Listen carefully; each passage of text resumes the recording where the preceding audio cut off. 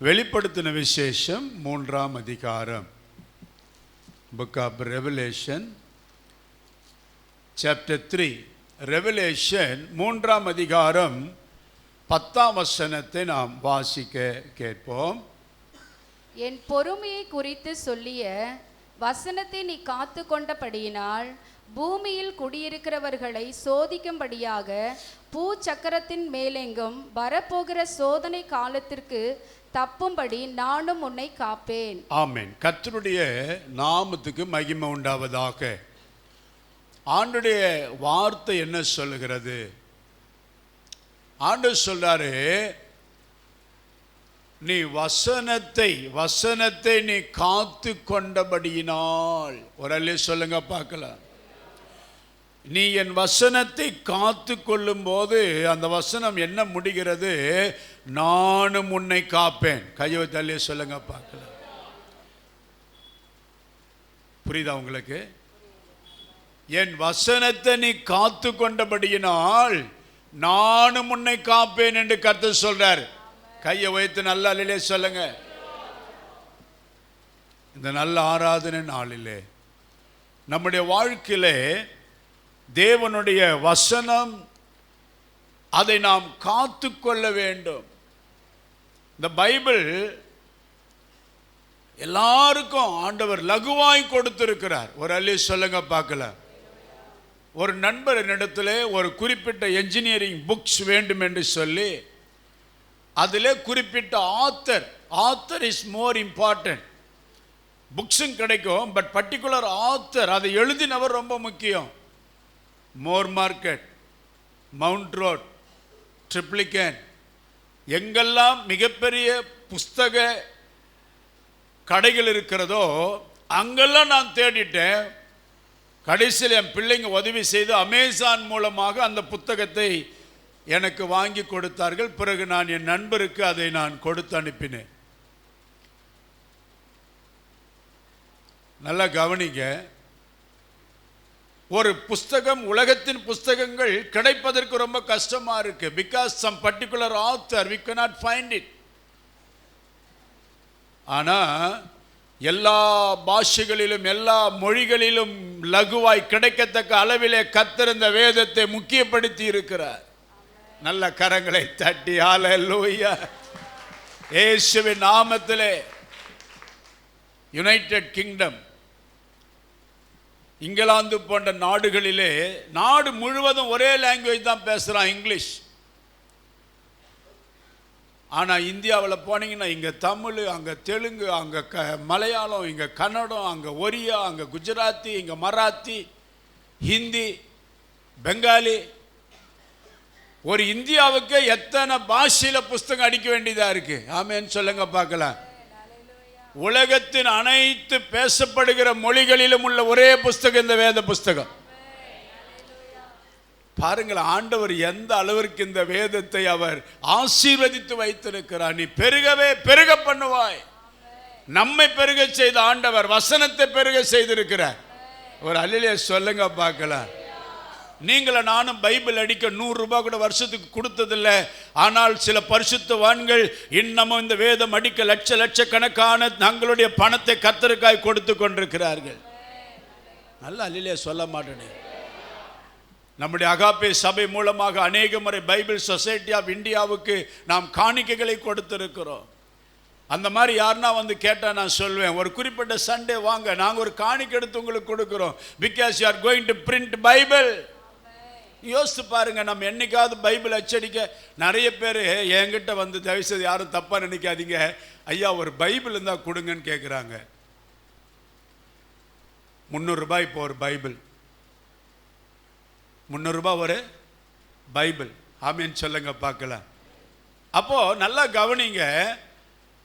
இந்த வசனம் ஆண்டவர் எந்த அளவிற்கு அதை முக்கியப்படுத்தி இருக்கிறதுனால இன்னைக்கு எல்லா பாஷைகளிலும் நமக்கு வேதம் கிடைக்கிறது.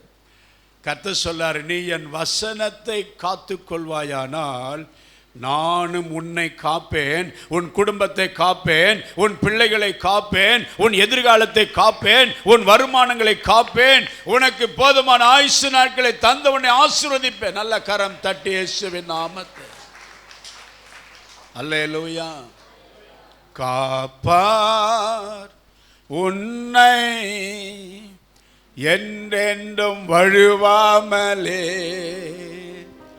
இம்மட்டும் காத்தார் இம்மானுவேலன் இன்னமும் காத்திடுவார். இம்மட்டும் காத்தார் இம்மானுவேலன் இன்னமும் காத்திடுவார். காப்பார் உன்னை. ஹல்லேலூயா, ஹல்லேலூயா சொல்லுங்க. எனக்கு இன்ஸ்பிரேஷன், திடீர்னு ஒரு பாட்டு கர்த்தர் கொடுப்பார், உடனே பாடுருவேன். என்கிட்டயும் அந்த ஸ்கிரிப்ட் இருக்காது, உங்களை நம்பி நான் தொடங்கிடுவேன். ஹல்லேலூயா சொல்லுங்க பார்க்கலாம். ஹல்லேலூயா. இந்த கிரிக்கெட் மேட்ச்சில் நல்ல ஆளுங்களை நல்ல இடத்துல நிற்க வைப்பான் கேப்டன். எதுக்கு? கேட்ச் பிடிப்பாங்கன்னு தான். கேட்ச் பிடிக்கலன்னா கடுமையாக என்ன பண்ணுவாங்க, நின்னுங்கிற ஜனங்களே டிவியில் பார்க்குறவனே கத்துவான். அது ஆஸ்திரேலியாவில் நடக்கும் அந்த கேம். இந்தியாவில் இருக்கிற இங்கே இவன் கத்துவான், திருவள்ளூரில், விட்டாண்டா விட்டாண்டா. அதனால் உங்களை நம்பி பால் அடிக்கிற மாதிரி சில நேரத்தில் பாட்டை ஆண்டவர் கொடுக்கும்போது நான் பாடுவேன், நீங்கள் அதை அப்படியே கேட்ச் பண்ணி டெவலப் பண்ணோம். ஆமேன்னு சொல்லுங்க பார்க்கலாம். அல்லேலூயா. எனக்கு இந்த காலத்து பாட்டெல்லாம் என் பிள்ளைங்களுக்கு தெரியும், எனக்கு தெரியாது. ஆமேன்னு சொல்லுங்க. அல்லேலூயா. நான் அதிகமான நேரத்தை பைபிளோடு செலவு பண்ணுவேன். ரொம்ப பாட்டு கேட்குற அந்த டைம் எனக்கு கிடைக்கிறதில்ல. ஆகினால ஸ்தோத்திரம். ஆண்டவர் சொல்றார், நான் உன்னை காப்பேன். கரங்களை உயர்த்தி, நான் உன்னை காப்பேன். யோவான் 1ஆம் அதிகாரம் 1ஆம் வசனத்தில் என்ன சொல்லப்பட்டிருக்கிறது? ஜான் காஸ்பல் சாப்டர் 1 verse 1 வாசிக்க கேட்போம். ஆதியிலே வார்த்தை இருந்தது, அந்த வார்த்தை தேவனிடத்தில் இருந்தது, அந்த வார்த்தை தேவனிடத்தில் இருந்தது, அந்த வார்த்தை தேவனாய் இருந்தது. நல்ல கவனிங்க, இந்த வசனம் அந்த வார்த்தை தேவனாய் இருந்தது. அல்லேலூயா. இந்த வசனம் நீங்க நன்றாய் புரிந்து கொள்ள வேண்டும். இந்த வசனம் அது யாரை குறிக்கிறது? The word became flesh. 14ஆம் வசனம் படிங்கம்மா, அதே அதிகாரத்தில் 14ஆம் வசனம். அந்த வார்த்தை மாம்சமாகி கிருபையினாலும் சத்தியத்தினாலும் நிறைந்தவராய் நமக்குள்ளே வாசம் பண்ணினார். தேங்க்ஸ்மா. The word became flesh. அந்த வார்த்தையாகிய ஆண்டவர் அவர் என்ன ஆனாரு? மாம்சமானார். இயேசு வார்த்தையாயிருந்த ஆண்டவர் மாம்சத்திலே வெளிப்பட்டு மனிதனாய் பிறந்தார். கையை உயர்த்தி வரலே சொல்லுவோம். நீங்கள் இந்த வசனத்தை, கர்த்தருடைய உபதேசத்தை நீங்கள் காத்து கொள்ளும் போதுதான் கர்த்தர் உங்களை ஆஸ்வதிப்பார். வாலிப தம்பிங்க, விளையாட்டா இருக்காதீங்க. You must be very serious about the word of God. தேவனுடைய வார்த்தையை, வசனத்தை நீங்க காத்து கொள்ளணும். கர்த்தருடைய வார்த்தையின் மேல நீங்க அக்கறை உள்ளவர்களா இருக்கணும். இனி வருகிற சமுதாயம் மிகவும் வேதனையான ஒரு சமுதாயம் இன்றைக்கு உருவாகி கொண்டிருக்கிறது. இந்த நாட்களிலே நீங்கள் அதிகமா இம்பார்ட்டன்ஸ் கொடுக்க வேண்டியது கர்த்தருடைய வார்த்தை. What Bible says. Hallelujah. கர்த்தருடைய வசனம் என்ன சொல்லுகிறது? 119 சங்கீதம் 1ஆம் வசனம் சொல்லுகிறது, கர்த்தருடைய வேதத்தின்படி நடக்கிற உத்தம மார்க்கத்தார் பாக்கியவான்கள். ஹல்லேலூயா. இந்த வசனத்தை நீங்க படிக்கும் போதுதான் இந்த உலகத்தின் சிருஷ்டிப்பை நீங்கள் அறிந்து கொள்ள முடியும், படைப்புகளை அறிந்து கொள்ள முடியும், மிருகங்கள் எப்படி உருவானது என்பதை அறிந்து கொள்ள முடியும், மனிதன் எப்படி உருவானான், இயற்கைகள் எப்படி உருவானது, இயேசுவின் பிறப்பு, இயேசுவினுடைய ஊழியம், இயேசுனுடைய மரணம், இயேசுனுடைய உயிர்த்தெழுதல், அதே போல அப்போஸ்தலர்களுடைய ஊழியம், இதையெல்லாம் நாம் எப்படி தெரிந்து கொள்ள முடியும்? கர்த்தருடைய வசனத்தின் மூலமாக தான். ஒரு அல்லே சொல்லுங்க பார்க்கலாம். ஹல்லேலூயா. பாவ மன்னிப்பு, ரட்சிப்பு, ஞான ஸ்நானம், பரிசுத்தம், விசுவாசம், வேறுபாடு, தேவ பக்தி, ஆராதனை, அப்பம் பிட்குதல், ஐக்கியம், பரலோகம், 1000 வருட அரசாட்சி, நரகம், நியாய தீர்ப்பு, புதிய எருசலேம், புதிய வானம், புதிய பூமி, இனி வரப்போகிற காரியங்கள் எல்லாவற்றையும் நமக்கு கற்றுக் கொடுக்கிற இந்த வசனம் தான். நல்லா அல்லேலூயா சொல்லுங்க பார்க்கல. உலகத்தில் இருக்கிற பிள்ளைங்க மாதிரியே நீங்க இங்க இருந்தீங்கன்னா நீங்க இங்க இருந்து பிரயோஜனம் கிடையாது. Don't imitate the world. உலகத்தை நீங்க பின்பற்றாதீங்க. நல்லா அல்லேலூயா சொல்லுங்க. ஹல்லேலூயா. வசனத்துக்கு நடுங்குகிறவனையே கர்த்தர் நோக்கி பார்ப்பார். ஏசாயாவிலே ஆண்டவருடைய வசனம் சொல்லுகிறது, என் வசனத்துக்கு நடுங்குகிறவனையே நான் நோக்கி பார்ப்பேன். The fear of the Lord. கர்த்தருக்கு பயப்படுறதுன்னா என்ன? வசனத்துக்கு பயப்படுறது தான் கர்த்தருக்கு பயப்படுறது. ஒரு அல்லே சொல்லுங்க பார்க்கலாம். 2 பேர் போயினே இருக்கிறான், நிறுத்துறா வண்டின்றான். எதுக்குடா நிறுத்துடா? நான் லைசன்ஸ் இல்லை, ஆர்சி புக்கில் எதிர போலீஸ் நிற்கிறான்டா, நிறுத்துறா, சந்தில் போய் அப்படி போகலான்டா, பைபாஸ் பண்ணலாம். திருமயிசியில் உள்ள நீங்கள் வரணுன்னா அங்கே பூத்து போட்டு 4 கான்ஸ்டபிள் நின்றுனே இருப்பான், உன்னை மடக்கிடுவான். ஆமேன்னு சொல்லுங்க. அவன் சொல்லலாம், திருப்படா. ஏன்டா இவனுக்கு இப்படி கதறானுங்கன்னு பார்த்தா ஒன்றுமே இல்லை அவனுங்க கிட்ட. அவனுக்கு கண்டிப்பாக மாட்டுவானுங்க போலீஸ். அவன் தலைமுடியை பார்த்தாவே போலீஸ் ஓரம் கட்டுருவான். ஒரு அலையிலே சொல்ல மாட்டேனீங்களே. அல்லேலூயா. மூஞ்ச பார்த்தாவே சைக்காலஜிஸ்ட் யாருன்னு கேட்டிங்கன்னா நம்ம போலீஸ்காரங்களுக்கு ரொம்ப சைக்காலஜி. மூஞ்ச பார்த்தே அரெஸ்ட் பண்ணிடுவான். அல்லையிலே சொல்லுங்க பார்க்கல. இங்கே இருப்பான், இவனை விட்டுருவான், அங்கே வரவனை பார்த்தே வான்றுவான். ஏன்? மூஞ்ச பார்த்தா தெரியும். அவனுங்க அதில் ரொம்ப ஸ்கில்டு அவங்க காவல்துறை. ஆமென். அல்லேலூயா. அவங்களுக்கு பயப்படுறோம், டிராஃபிக் ரூல்ஸுக்கு பயப்படுறோம். நம் கர்த்தர் பெரியவர், அவருடைய வசனத்துக்கு நடுங்கணும். ஆமென் சொல்லுங்க பார்க்கலாம். மத்தேயு சுவிசேஷம் 7ஆம் அதிகாரம் வாசிப்பதற்கு நேரமில்லை. 21 முதல் 27ஆம் வசனம் வரைக்கும் ஆண்டவர் ஒரு உவமையை நமக்கு அங்கே கற்றுக் கொடுக்கிறார், போதித்து கொடுக்கிறார். ஒரு வீட்டை குறித்து கர்த்தர் பேசுகிறார். அதில் 1-2 வசனம் மட்டும் நீங்கள் வாசிக்கும்படி நான் கேட்டுக்கொள்கிறேன். மத்தேயு சுவிசேஷம் 7ஆம் அதிகாரத்தில் 21ஆம் வசனம் முதல் 2 வசனங்களை வாசிக்க கேட்போம். பரலோகத்தில் இருக்கிற என் பிதாவின் சித்தத்தின்படி செய்கிறவனே பரலோக ராஜ்யத்தில் பிரவேசிப்பானே அல்லாமல் என்னை நோக்கி கர்த்தாவே கர்த்தாவே என்று சொல்லுகிறவன் அதில் பிரவேசிப்பதில்லை. அந்நாளில் அநேகர் என்னை நோக்கி கர்த்தாவே கர்த்தாவே. 23ஆம் வசனம் வாசிங்கம்மா. அப்பொழுது நான் ஒரு காலம் உங்களை அறியவில்லை, அக்கிரம செய்கைக்காரரே என்னை விட்டு அகன்று போங்கள் என்று அவர்களுக்கு சொல்லுவேன். 24ஆம் வசனம். ஆகையால் நான் சொல்லிய இந்த வார்த்தைகளை கேட்டு இவைகளின்படி செய்கிறவன் எவனோ அவனை கன்மலையின் மேல் வீட்டை கட்டின புத்தியுள்ள மனுஷனுக்கு ஒப்பிடுவேன். அடுத்த வசனம் படிங்க. பெருமழை சொரிந்து பெருவெள்ளம் வந்து காற்று அடித்து அந்த வீட்டின் மேல் மோதியும் அது விழவில்லை. ஏனென்றால் அது கண்மலையின் மேல் அஸ்திபாரம் போடப்பட்டிருந்தது. தேங்க்ஸ்மா. நல்லா கவனிங்க. அதுக்கு கீழே உள்ள வசனங்களை நீங்கள் வாசிக்கும் பொழுது அவைகள் மணலின் மேல் அஸ்திபாரம் போடப்பட்ட வீடு. கர்த்தருடைய வசனத்தை காத்து கொள்ளுகிறவர்கள், கர்த்தருடைய வசனத்தின்படி நடக்கிறவர்கள், கர்த்தருடைய வார்த்தைகளை கேட்டு அவைகளின்படி செய்கிறவர்கள் யார் என்றால் கண்மலையின் மேல் தன் வீட்டை கட்டின புத்தி உள்ள மனுஷன். கரங்களை தட்டி கர்த்தரை மகிமைப்படுத்துவோம். சண்டே கிளாஸ் பாட்டு கூட நான் சின்ன வயசில் சொல்லி கொடுத்தாங்க. கண்மலையின் மேல் கட்டினவன் புத்தி உள்ளவன். ஆமென். ஹல்லேலூயா. கர்த்தருடைய வசனத்தை நீங்கள் யார் காத்து கொள்ளுகிறீர்களோ, your foundation is based on the rock and mountain. உங்களுடைய அஸ்திவாரம் கண்மலையின் மேல் போடப்பட்டிருக்கிறது. நல்லா கவனிக்கணும். உங்க வாழ்க்கையிலே பெருமழை வரும், உங்களுடைய வாழ்க்கையில பெருவெள்ளம் வரும், உங்களுடைய வாழ்க்கையில காற்று அடிக்கும், உங்களுடைய வாழ்க்கையிலே காற்றும் கடலும் அதே போல சீற்றங்கள் வீட்டின் மேல் மோதும்.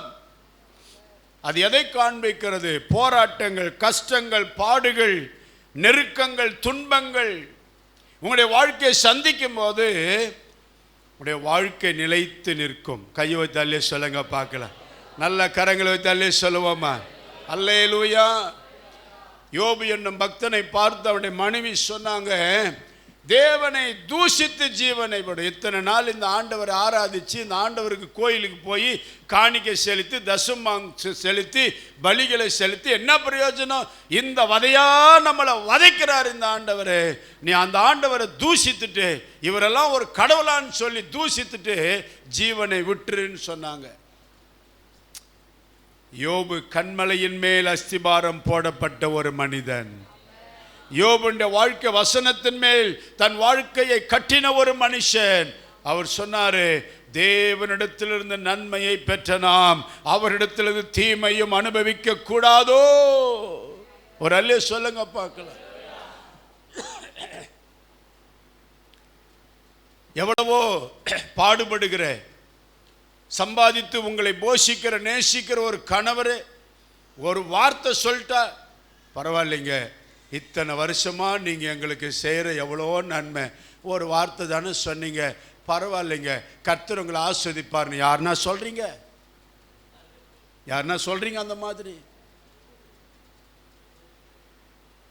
யோபு சொல்றாரு, கர்த்தரிடத்தில் இவ்வளவு நன்மைகளை பெற்ற நாம் ஒரு தீமை அனுபவிக்க வேண்டாமோ?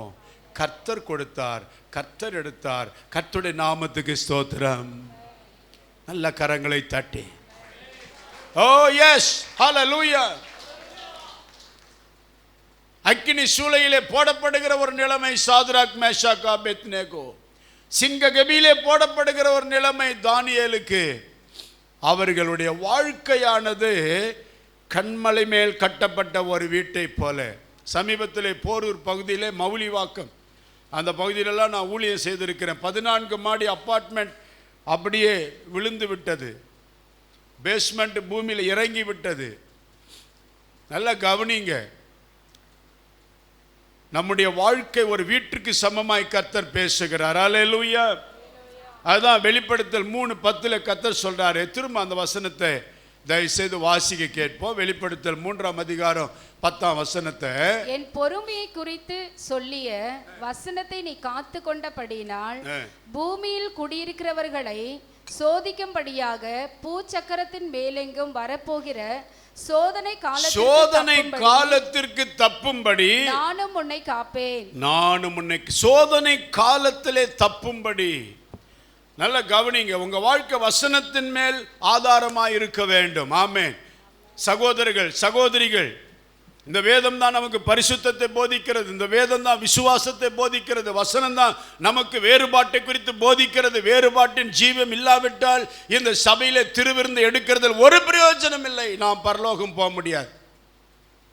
நம்மை நாம் ஏமாற்றிக் கொள்ளக்கூடாது. அல்லேலூயா சொல்லுங்க பார்க்கலாம். அப்பம் புசித்து திராட்சை ரசம் எடுத்துக்கொள்றதுனால நான் பரலோகம் போயிடுவேனா? No no no no no, தப்பாலாம் புரிஞ்சிக்காதீங்க. ஆண்டவர் சொல்லிட்டாரு, இருதயத்தில் சுத்தமுள்ளவர்கள் பாக்கியவான்கள், அவர்கள் தேவனை தரிசிப்பார்கள். அல்லேலூயா. அகாப்பே சபையில் மெம்பராக இருக்கலாம், இந்த பூமியில நல்ல ஒரு கிறிஸ்தவர் என்று சொல்லிக் கொள்ளலாம். கிறிஸ்தவர்கள் என்று அழைக்கப்படக்கூடாது, பரிசுத்தவான்கள் என்று அழைக்கப்பட வேண்டும். கரங்களை தட்டி இயேசுவின் நாமத்தில். அல்லேலூயா. Are you a Christian? No no no no no, I am not Christian, I am a saint of God. நான் கிறிஸ்தவன் கிடையாதுங்க, நான் ஒரு பரிசுத்தவான், நான் ஒரு பரிசுத்தவாட்டி. அல்லேலூயா சொல்லுங்க. Christian is a common name. கிறிஸ்தவம் என்பது ஒரு பொது பெயர். அந்த பொது பெயர் அல்ல, நமக்கு ஒரு வேறுபாட்டின் ஜீவியம். எல்லாம் நல்லா கண்ணை திறந்து வசனம் பாருங்க. அல்லேலூயா. என்ன வேறுபாட்டின் ஜீவியம்? நாம் பரிசுத்தவான்கள். இங்க இருக்கிற எல்லாரையும் கர்த்தர் பரிசுத்தவான்களாய் அவருடைய ஆலயத்திலே நிறுத்தி வைத்திருக்கிறார். ஆமென் சொல்லுங்க பார்க்கலாம். அல்லேலூயா. அப்ப விசுவாசத்திலே, பரிசுத்தத்திலே, தேவ பக்தியிலே நான் வளர்ச்சி அடையணும். அதுதான் கண்மலையின் மேல் அஸ்திபாரம் போடப்பட்ட வீடு. சாதாரணமா நம்ம ஏதோ ஒரு கிறிஸ்தவங்களா வாழ்ந்துட்டு போறதுல ஒரு பிரயோஜனம் இல்லைங்க. நம்முடைய நோக்கம் என்னன்னா, ஆண்டவர் சொல்றாரு, கர்த்தர் நம்மை தேவ ராஜ்யத்துக்கென்று உங்களை அழைத்திருக்கிறார். ஆமென் சொல்லுங்க பார்க்கலாம். வேகமாக நான் கடந்து போகிறேன். வெளிப்படுத்தல் 3ஆம் அதிகாரம், அதே வாசிக்கப்பட்ட வெளிப்படுத்தல் 3ஆம் அதிகாரத்தில் 8ஆம் வசனத்தை வாசிக்க கேட்போம். உன் கிரியைகளை அறிந்திருக்கிறேன். உனக்கு கொஞ்சம் பலன் இருந்தும் நீ என் நாமத்தை மறுதலியாமல் என் வசனத்தை கைக்கொண்டபடியினாலே இதோ திறந்த வாசலை உனக்கு முன்பாக வைத்திருக்கிறேன். அதை ஒருவனும் பூட்ட மாட்டான். இந்த வசனம் உங்களுக்கு வெரி வெரி ஃபெமிலியரான, அதிகம் நீங்கள் அறிந்திருக்கிற ஒரு வேத வசனம். ஆண்டவர் சொல்றாரு திறந்த வாசல். இது எதை குறிக்கிறது? உலக பிரகாரமான ஆசீர்வாதங்களையும் குறிக்கிற ஒரு வசனம் தான். It talks about a material blessing, financial blessing, economical blessing, the worldly blessing. உலக ஆசீர்வாதங்களை குறிக்கிற வசனம். அதே சமயத்திலே இங்க ஆவியானவர் சொல்லுகிற காரியத்தை நீங்க பார்க்கணும். இதோ திறந்த வாசலை உனக்கு முன்பாக வைக்கிறேன் என்றால் அதனுடைய அர்த்தம் என்ன என்பதை உங்களுக்கு நான் காண்பிக்க விரும்புகிறேன். மத்தேயு சுவிசேஷம் 25ஆம் அதிகாரம் நீங்கள் 10ஆம் வசனம் 11ஆம் வசனத்தை வாசிக்க கேட்போம். Matthew Gospel chapter 25 verses 10 and 11. அப்படியே அவர்கள் வாங்க போன போது, இது 10 கன்னிகைகளை குறிக்கிற சம்பவம். வாங்க போன போது மணவாளன் வந்துவிட்டார். ஆயத்தமா இருந்தவர்கள் அவரோடு கூட கல்யாண வீட்டுக்குள் பிரவேசித்தார்கள். கதவு அடைக்கப்பட்டது. பின்பு மற்ற கன்னிகைகளும் வந்து ஆண்டவரே எங்களுக்கு திறக்க வேண்டும் என்றார்கள். The door was shut. It was closed. புத்தி இல்லாத கன்னிகைகளுக்கு கதவு அடைக்கப்பட்டது. புத்தி இல்லாத கன்னிகைகளை குறித்து வேதம் 10ல் சொல்லப்பட்டிருக்கிறது. அங்கே கதவு அடைக்கப்பட்டது. ஒரு அல்லி சொல்லுங்க பார்க்கலாம். கர்த்தருடைய வசனத்தை காத்துக்கொண்டு கர்த்தருடைய வசனத்தின்படி வாழ்கிற உங்களுக்கு திறந்த வாசல், கதவு திறந்திருக்கும். நல்ல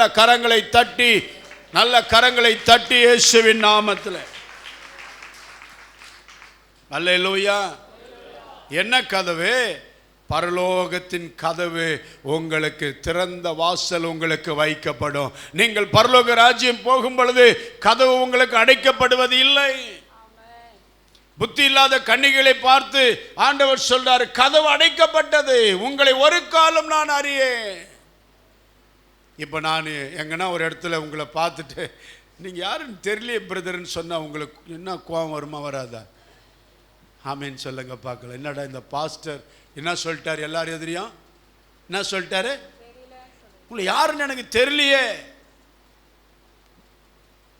இதுவே இவ்வளவு கஷ்டமா இருக்க, இத்தனை வருஷமா விசுவாசியா வாழ்ந்து கர்த்தரை ஆராதிச்சு கர்த்தரை மகிமைப்படுத்தி திருவிருந்து எடுத்து தேவனுடைய சபைக்கு வந்து கடைசியில கதவை அடிச்சுட்டு, அக்கிரம செய்கைக்காரரே உங்களை நான் ஒரு காலம் அறியவில்லை, என்னை விட்டு அப்பாலே போங்க அப்படின்னு இயேசு சொன்னா எப்படி இருக்கும்? ஆமே. கொஞ்சம் இமேஜின் பண்ணி பாருங்க. வாலிப தம்பிங்க, தங்கச்சிங்க, பிள்ளைங்க, கொஞ்சம் இமேஜின் பண்ணி பாருங்க. ஆனால் கர்த்தருடைய வசனத்தை காத்து கொள்றவங்களுக்கு ஆண்டவர் சொல்றாரு, திறந்த வாசலை உனக்கு முன்பாக வைத்திருக்கிறேன். நல்ல கரம் தட்டி எத்தனை பேர் விசுவாசிக்கிறீங்க? உங்களுக்கு திறந்த வாசல் இருக்குன்னு எத்தனை பேர் விசுவாசிக்கிறீங்க? அவங்கெல்லாம் நல்ல கையை தட்டி இயேசுவின் நாமத்தில் ஒரு காரியத்தை உங்களுக்கு சொல்லுகிறேன். ஒரு நாள் வருகிறது, கதவு அடைக்கப்படும். கதவு அடைக்கப்படும். நீங்க நிறைய பேர் நீங்க சூப்பர் மார்க்கெட், பெரிய பெரிய மால் அல்லது இன்டர்நேஷனல் ஏர்போர்ட் நீங்க போகும்போது டோர் அப்படியே க்ளோசிங்ல இருக்கும். But the sensor system when you get enter, நீங்க உள்ள பிரவேசிக்கும் போது தானா திறக்கும், உடனே மூடிக்கும். பரலோகம் அப்படிதான், நீ உள்ள போகும்போது திறக்கும், அப்புறம் மூடிக்கும். ஒரு அல்லிலே சொல்ல மாட்டேனீங்களே, அல்லேலூயா. உங்களுக்கு கர்த்தர் திறந்த வாசலை வைப்பார்.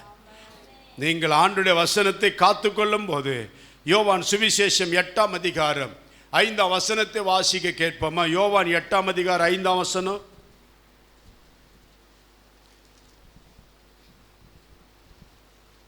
இப்படிப்பட்டவர்களை கல்லெறிந்து கொள்ள வேண்டும் என்று மோசே நியாயப்பிரமாணத்தில் நமக்கு கட்டளையிட்டிருக்கிறாரே, நீர் என்ன சொல்லுகிறீர் என்றார். 51ஆம் வசனம்.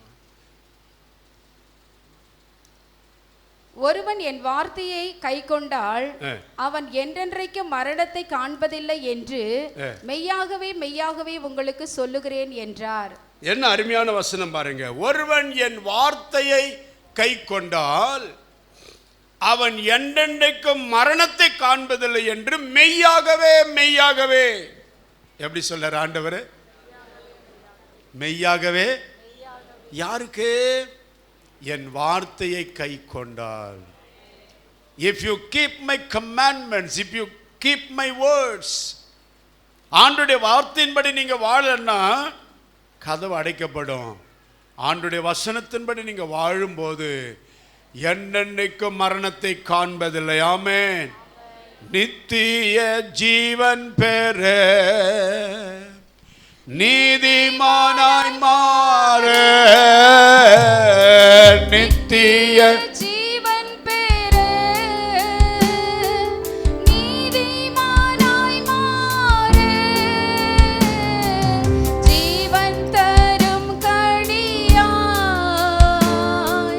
சிலுவையில் தொங்கினீ. ஜீவன் தரும் கடியாய் சிலுவையில் தொங்கினீ. ஆமென். ஹல்லேலூயா. கர்த்தருடைய வசனத்தை நீங்க கைக்கொள்ளும் போது என்றென்றைக்கும் மரணத்தை, சரீரம் மரணத்தை காணலாம், சரீரம் மண்ணிலே மண்ணோடு போகலாம், ஆனால் உங்கள் ஆத்துமாவிலே என்றென்றைக்கும் கர்த்தர் நித்திய ஜீவனை உங்களுக்கு வைத்திருக்கிறார். அவர் வருகையிலே உங்களை உயிரோடு எழுப்பி தேவராஜ்யத்தில் அவரோடு ஆயிரம் ஆயிரம் ஆயிரமாய் நீங்கள் ஆளுகை செய்து தேவனோடு பரலோகத்தில் இருக்கிற ஒரு பாக்கியத்தை கர்த்தர் உங்களுக்கு வைத்திருக்கிறார். ஆமென் சொல்லுங்க. நாம் சபைக்கு வருகிறதுடைய நோக்கம் என்ன? கர்த்தரை ஆராதிக்கிறதுடைய நோக்கம் என்ன? மரணத்தை காணக்கூடாத ஒரு மெய்யான நித்திய ஜீவனை நாம் சுதந்தரிக்க வேண்டும். ஆமென். இயேசுவின் வருகையிலே நாம் உயிர்த்தெழுப்பப்பட வேண்டும். யோவான் சுவிசேஷம் 14ஆம் அதிகாரம், ஜான் காஸ்பல் சாப்டர் 14 23ஆம் வசனத்தை வாசிக்க கேட்போம். இயேசு அவனுக்கு பிரத்யுத்தரமாக, ஒருவன் என்னில் அன்பாய் இருந்தால் அவன் என் வசனத்தை கைக்கொள்ளுவான், அவனில் என் பிதா அன்பாய் இருப்பார், அவனில் என் பிதா அன்பாய் இருப்பார், நாங்கள் அவனிடத்தில் வந்து அவனோட வாசம் பண்ணுவோம். நல்லா கவனிங்க. என் வசனத்தை கைக்கொள்ளுகிறவன், ஆண்டுடைய வசனத்தை கைக்கொள்ளுகிறவன். ஆண்டு சொல்றாரு, வசனம் ஆண்டவரோடு நமக்கு ஐக்கியத்தை கொண்டு வரும். The word will bring a fellowship with the Lord. பிதா குமாரன் பரிசுத்த ஆவியானவராகிய தேவனோடு உங்களுக்கு ஐக்கியத்தை கொண்டு வரும். ஆமென் சொல்லுங்க பார்க்கலாம். இந்த ஐக்கியம் தான் லார்ட்ஸ் டேபிள், கர்த்தருடைய பந்தி. You will be having a communion with the Lord. அதனால தான் சொல்றேன், communion service. It's a relationship with the Lord. ஆண்டவரோடு ஒரு ஐக்கியம். யாருக்கு ஆண்டவரோடு ஐக்கியம் கிடைக்கும்? என் வசனத்தை கைக்கொள்ளுகிறவன் அவனில் என் பிதா அன்பாய் இருப்பார். ஆமென் சொல்லுங்க பார்க்கலாம். ஆண்டவர் உங்க மேல அன்பா இருக்குன்னு எத்தனை பேர் விரும்புறீங்க? ஹல்லேலூயா சொல்லுங்க பார்க்கலாம். அல்லேலூயா, அல்லேலூயா. இந்த உலகத்தில் இந்த வாலிப வயதில் பிள்ளைங்க அவங்க விரும்புகிற நபர் ஒரு மெசேஜ் பண்ண உடனே பண்ணிடணும், உடனே பண்ணலன்னா இவங்க அப்செட் ஆகிடுவாங்க. சோறு சாப்பிட மாட்டாங்க, தண்ணி குடிக்க மாட்டாங்க, டீ குடிக்க மாட்டாங்க. ஆமே, உங்களுக்கெல்லாம் நல்லா புரியும். ஆமேன்னு சொல்ல மாட்டேன் நீங்களே. நாங்கள் வாலிப வயசில் இருக்கிறப்பெல்லாம் எங்களுக்கு மொபைலே கிடையாது. இப்போ ரொம்ப ஃபீல் பண்ணுறேன் நான். ஆமே, அல்லேலூயா சொல்ல மாட்டேன் நீங்கள். அப்போல்லாம் நமக்கு என்ன கிடையாது, வீட்டில் ஃபோனே கிடையாது. அப்புறம் ரொம்ப கஷ்டப்பட்டு லேண்ட்லைன் வாங்கினோம், அதுக்கப்புறம் மொபைல் வந்தது. கர்த்தர் உங்கள் மேலே அன்பாக இருப்பாரா? எப்போ ஆண்டவர் உங்கள் மேலே அன்பாக இருப்பார்? எப்படி ஆண்டவர் உங்கள் மேலே அன்பாக இருப்பார்? தம்பி, இயேசு மேலே எப்படி அன்பாக இருப்பார்? அவருடைய வசனத்தினை கை கொள்ளும்போது. அப்படிப்பட்ட மனிதன் மேலே, பிள்ளைகள் மேலே, குடும்பத்தின் மேலே பிதா அன்பாக இருப்பார். ஆமேன். அவனிடத்திலே வந்து அவனோடு வாசம் பண்ணுவோம். ஒரு அல்லேலூயா சொல்லுங்க பார்க்கலாம். நம் ஆண்டவர் எவ்வளவு பெரியவர். அவர் உங்களோடு வாசம் பண்ணுவார், உங்கள் குடும்பத்தோடு வாசம் பண்ணுவார், உங்களுடைய பிள்ளைகளோடு வாசம் பண்ணுவார். அல்லேலூயா, அல்லேலூயா. இக்கட்டில் மனிதர் உதவி இல்லாமலே அற்று போனாலும், இக்கட்டில் மனிதர் உதவி இல்லாமலே அற்று போனாலும், எனக்கொத்தாசையே தினம் தப்பாமலே இயேசு நாமத்தில் கிடைத்திடுமே, இயேசு நாமத்தில் கிடைத்திடுமே. கரங்களை உயர்த்தி அல்லேலூயா சொல்லுவோம். அல்லேலூயா. அவனோடு வந்து நான் வாசம் பண்ணுவேன். 1ஆம் தேதி வாக்குத்தத்த ஆராதனை செய்து நீங்கள் கேட்டு பாருங்கள். யோசபாத்துடைய வாழ்க்கையிலே கர்த்தர் எப்படி யோசபாத்தோடு வாசம் பண்ணி இருந்தார். இக்கட்டான சூழ்நிலையிலே கர்த்தர் யோசபாத்தை பாதுகாத்தார். கரங்களை தட்டி கர்த்தரை மகிமைப்படுத்துவார். யோவான் சுவிசேஷம் 6ஆம் அதிகாரம் 58ஆம் வசனம் வாசிக்க கேட்போம். யோவான் 6:58. வானத்திலிருந்து இறங்கின அப்பம் இதுவே, இது உங்கள் பிதாக்கள் புசித்த மன்னாவை போல் அல்ல, அவர்கள் மரித்தார்களே, இந்த அப்பத்தை புசிக்கிறவனோ என்றென்றைக்கும் பிழைப்பான் என்றார். அடுத்து ஒரு வசனம் நீங்க ஸ்தோத்திரம் வாசிக்கும்படி விரும்புகிறேன். கர்த்தர் நாம் மகிமைப்படுவதாக. 56ஆம் வசனம் வாசிக்க கேட்போம். என் மாம்சத்தை புசித்து என் இரத்தத்தை பானம் பண்ணுகிறவன் என்னிலே நிலைத்திருக்கிறான், நானும் அவனிலே நிலைத்திருக்கிறேன். ஒரு அல்லே சொல்லுவோம். அல்லேலூயா. நல்லா கவனிங்க. கர்த்தர் உங்களோடு வாசமாயிருப்பார். இன்னும் அநேக சத்தியங்கள் இருக்கிறது. நேரத்தை கருதி நான் முடித்துக் கொள்ளுகிறேன். வசனம் ஆண்டவரோடு உங்களுக்கு ஐக்கியத்தை கொண்டு வரும். வசனம் பரலோகத்தின் திறந்த வாசலை உங்களுக்கு கொண்டு வரும். வசனம் உங்களுடைய வாழ்க்கையிலே உங்களுடைய வாழ்க்கையை ஸ்திரப்படுத்தும். அல்லேலூயா, அல்லேலூயா. இன்னைக்கு நம்ம அர்ப்பணிப்போம். இன்னைக்கு நம்ம ஒப்பு கொடுப்போம். இந்த ஆலயத்திலே கர்த்தருடைய ஆராதனைக்கு வந்திருக்க நம்முடைய வாழ்க்கையில வசனத்தின்படி என் வாழ்க்கை இருக்கிறதா? எனக்கு ரொம்ப ஆச்சரியமான இன்வென்ஷன், கண்டுபிடிப்பில் எத்தனையோ கண்டுபிடிப்பு என்னால் ஒத்துக்க முடியுது. ட்ரெயின் என்னால் ரொம்ப ரொம்ப பிரமிக்க வைக்குது. தரையில் ரெயில்ஸ் பார்த்தீங்கன்னா தண்டவாளம் இவ்வளோதான் இருக்கு, 2 பக்கத்தில் இருக்கு. என்ன வேகம் போது அந்த சூப்பர் ஃபாஸ்ட் எக்ஸ்பிரஸ். ஒரு அல்லேலூயா சொல்ல மாட்டேனீங்களே. எனக்கு இன்னமும் ரொம்ப ஆச்சரியமாக இருக்குது. அது இன்வென்ஷன் கண்டுபிடிச்சவங்க ஸ்காட்லாந்து தேசத்தில் அந்த கண்டுபிடிப்புக்கு ஒரு பெரிய எக்ஸிபிஷனை வச்சிருக்கிறான். எப்படியெல்லாம் அவங்கெல்லாம் இல்லைன்னா இன்னைக்கு நம்ம இன்னமும் மாட்டு வண்டியில் தான் போயிருந்துருக்கணும். ஒரு அல்லேலூயா சொல்லுங்க. Praise the lord. ஆமென். அந்த தண்டவாளத்தில் அந்த ரயிலினுடைய சக்கரங்கள் அவ்வளவு பர்ஃபெக்டா நிலைச்சிருக்கு பாருங்க. அவ்வளவு வேகமா போகுது. ஆமென். அல்லேலூயா, அல்லேலூயா. உங்க வாழ்க்கை தண்டவாளமாகிய வசனத்தில் இணைக்கப்பட்டிருக்க வேண்டும். டிரெயில்மெண்ட் ஆகக்கூடாது. தடம் புரண்டுதுன்னு சொல்லுவாங்க. தடம் புரளுகிற வாழ்க்கை ஆபத்து. ஆமென். உங்க குடும்பத்துக்கும் அது ஆபத்து. பெட்டியில ட்ரெயின் பெட்டியில உட்கார்ந்துங்கிற அவங்களுக்கும் ஆபத்து. சக்கரம் தடம் புரண்டா உள்ளக்கிற எல்லாருக்குமே, சபைக்கும் ஆபத்து. நல்லா கவனிங்க. இன்னைக்கு ஒரு தீர்மானம் எடுங்க. நான் வசனத்தின்படி வாழ விரும்புகிறேன். என் வாழ்க்கை, என் ஜீவியம், என் வார்த்தை, என் பேச்சு. கோவம் வந்தால் கெட்ட வார்த்தை பேசுறது. அடடடடடடா. சில பேர் அப்படியெல்லாம் இருக்கிறாங்க. உங்களை சொல்கிறேன்னு நினைக்காதீங்க, நான் கண்டவங்களே சொல்கிறேன். என் கண்ணால் சில பேர் நான் பார்த்துருக்கிறேன். என்னடா இவங்க இத்தனை வருஷம் விசுவாசியாக இருக்கிறாங்க, கோபம் வந்தால் கெட்ட வார்த்தை ஒன்றும் உங்கள் வாயிலிருந்து புறப்படக்கூடாது. அல்லேலூயா சொல்லுங்க பார்க்கலாம்.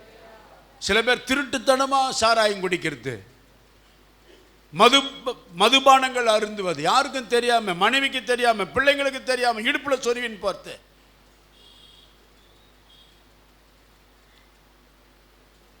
யாருக்கும் தெரியாமல் சிகரெட் பீடி பிடிக்கிறது.